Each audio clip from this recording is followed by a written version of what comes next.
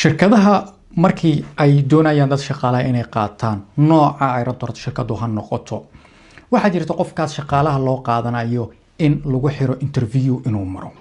haddaba interview-yadaas markaas la maro waxa loo qaybiyaa 5 qaybood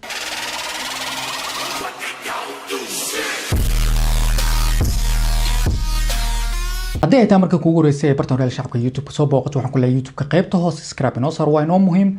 waana inoo dhiirigelin sidoo kale muuqaalka laagta inoo saar haddii aad iga daawanaysa barahiga bulshada sida Facebook-ga iyo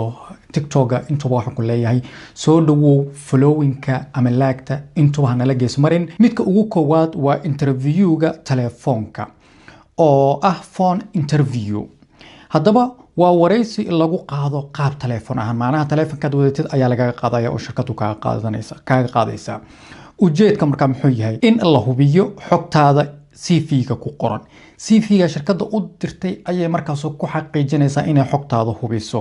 in la ogaado sida qofka uu u hadlayo iyo khibradda guud ee markaas qofkaas uu leeyahay su'aalaha la weydiiyo markaa qofka maxaa kamid oo kale iska waran naftaada waa inaad ka warbixisid naftaada oo shirkaddu waxay ku leedahay naftaada ka waran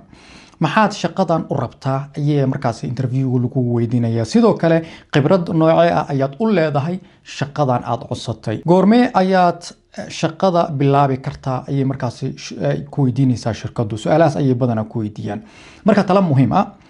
meel degan tag haddii interviewga lagula qaadanayo ama lagula yeelanayo badanaa waa inaad meel degan tagtaa interviewga markaad maraysid sidoo kale cod cad waa inaad ku hadashaa macnaha cod nadiif ah oo la garanayo oo la fahmi karo waa inaad ku hadashaa CV-gaaga waa inaad markaa agtaada dhigataa markii aad wareysiga aad bixinaysid kaas waa interviewga koowaad interviewga labadaasna waxa la yiraahdaa interview foolka fool ah oo ah face to face interview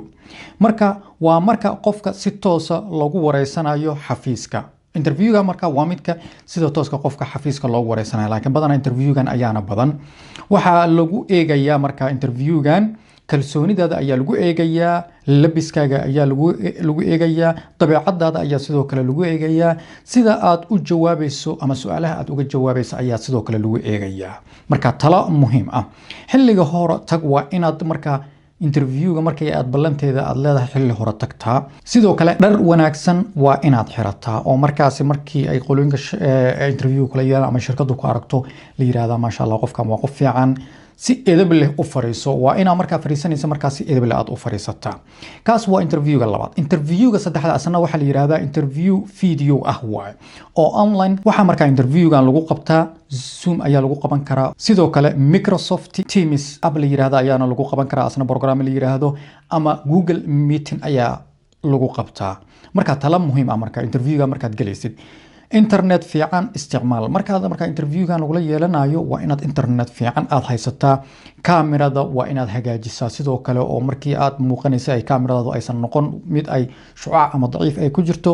sidoo kale meel iftiin leh waa inaad fariisataa marka interviewga markaad bixinaysid kaas marka waa interviewga saddexaad interviewga afraad ayaa asana kuu soo haray waxa la yiraahdaa interviewgan grouping interview ama group interview ayaa la yiraahdaa waa mid si group ahaan ama dad badan ay markaas laga yaabo inay kula yeeshaan dad badan ayaa hal mar markaa ku wareysanayo interviewgan waxa lagu eegayaa markaa sida aad kooxda ula shaqeynaysid oo aad markaad soo fariisatid interviewga laga yeelanayo